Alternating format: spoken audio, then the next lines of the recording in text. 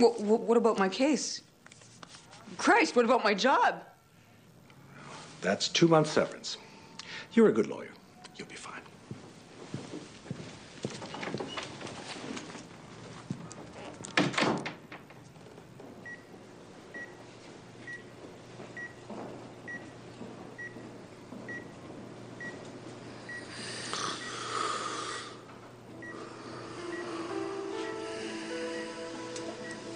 Joe? Conroy. How are we doing? The case. We're doing fine, don't worry about it. You hang in there, kid. It's your baby now. Don't you give up. I won't, Joe. I won't.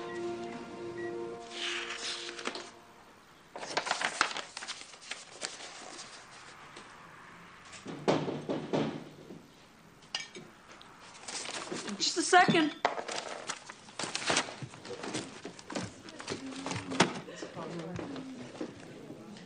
Oh, my God.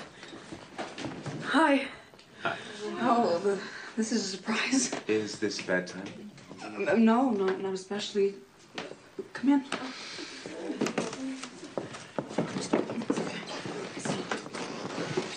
Aaron told us that everything could be decided tomorrow, and so we told him, you bring us there.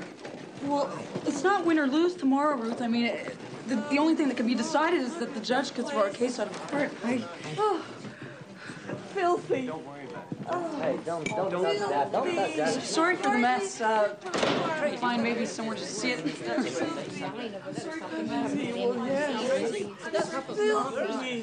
back here at the gas station. It's been a very, very long trip. Oh, maybe I can get you something to drink. Oh, my. Maybe we should go out for dinner. Yes. Dinner. It's a good idea, yes. Okay. We shall go now. We are very a lot. Sounds good. Hungry a lot, I mean.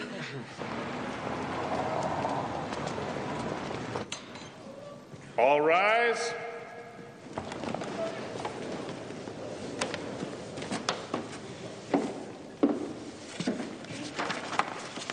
Be seated. In the case of Rothenberg et al. Versus the United States, and in the matter of the defendant's motion for summary judgment, after carefully weighing the arguments, I am prepared to render my judgment. The CIA claims its actions fall within the discretionary function exemption and are therefore protected under law. This court does not agree. The plaintiffs allege extraordinary and malevolent acts which, by their very nature, are beyond any reasonable discretion that Congress might have envisioned and are therefore not protected. I think it's good. Defense has questioned whether the CIA can be held liable for the actions of an independent contractor. In this case, Dr. Ewan Cameron. This is not a question that involves complex analysis. When the government selects a third party to carry out its policy, there's a duty to do so reasonably. Selecting incompetent contractors and supervising them in a careless manner, as the plaintiffs allege in this case, are acts of negligence, pure and simple. It is hereby ordered that the defendant's motion for summary judgment is denied. The plaintiffs have demonstrated they deserve an opportunity to have their day in court, and they shall have it. Counsel will join me in my chambers. I will expect both parties prepared to schedule trial dates. Court adjourned. Yes. You tell them, Judge. You tell them.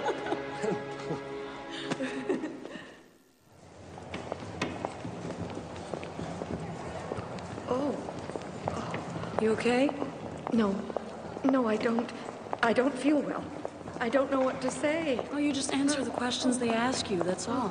What if I don't say it right? I'm scared, Miss Conroy. No, you'll say it right. Remember, we've been through this.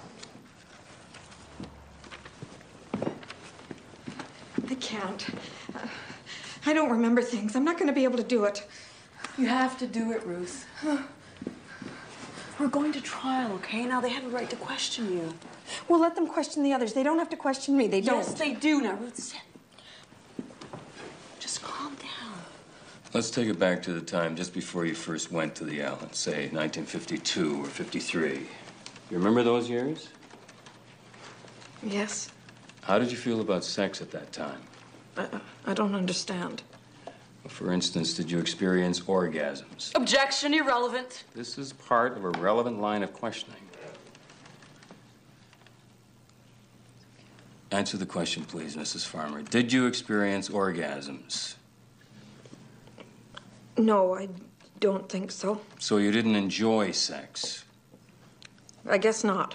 Is that why you killed your second child? Objection, don't answer that. You are badgering the witness, Mr. Krantz. I will rephrase. Did you have your second child aborted because you did not enjoy sex with your husband and wished to create an excuse to avoid having sex? Don't answer that question. You are badgering the witness, Mr. Krantz. Withdrawn. Let's talk about Dr. Cameron. You were in love with him, is that correct? Objection, completely irrelevant. I am referring to material contained in your own earlier deposition, Miss Conroy. Mrs. Farmer, were you or were you not in love with Dr. Cameron? Is that a no? Let the record show that the witness shook her head no. But you stated in this deposition that you were in love with Dr. Cameron. I take it you were lying. I'm not lying. I don't lie. Well, it says so right here in sworn testimony. I don't lie. Then which is it? Were you in love with Dr. Cameron? Yes or no?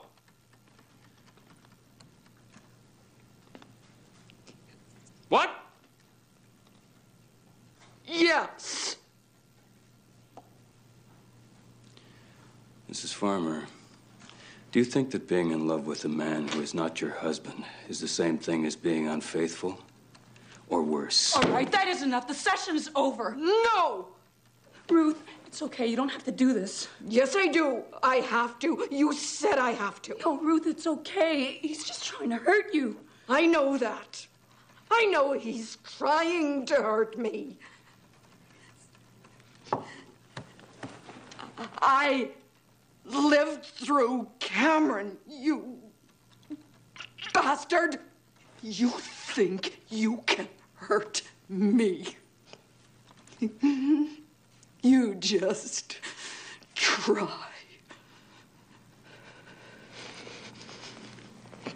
Are we continuing? We are not. Yes, we are. You ask me anything you want.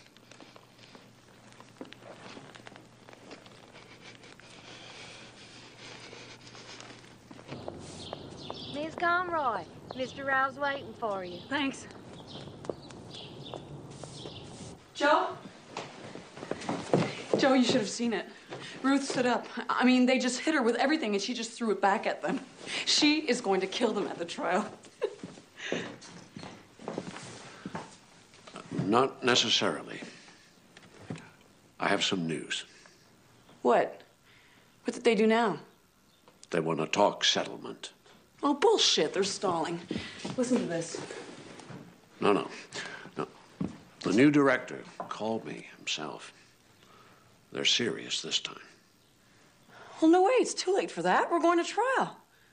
Why? What do you mean, why? Because we're right. Because we're going to kick their ass. We? Okay, I'm going to kick their ass.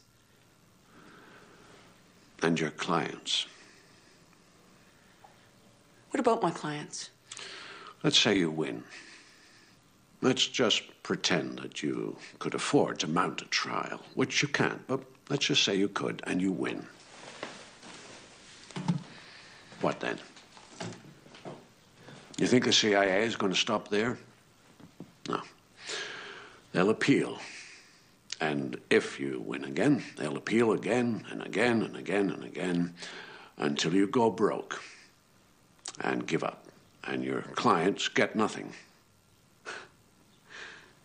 You've got some nerve. You really have. You know that? How dare you tell me I'm not doing right by my clients?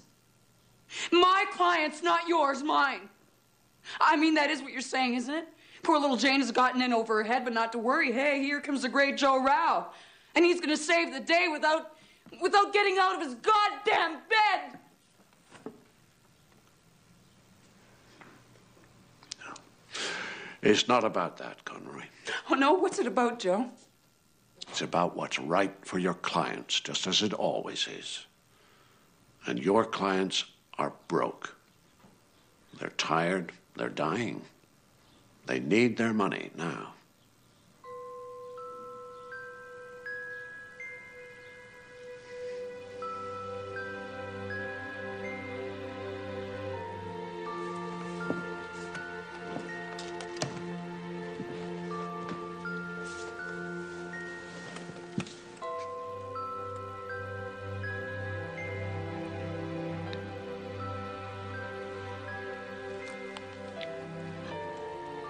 I could have beaten them, Joe. You did beat them. You should be proud. I am.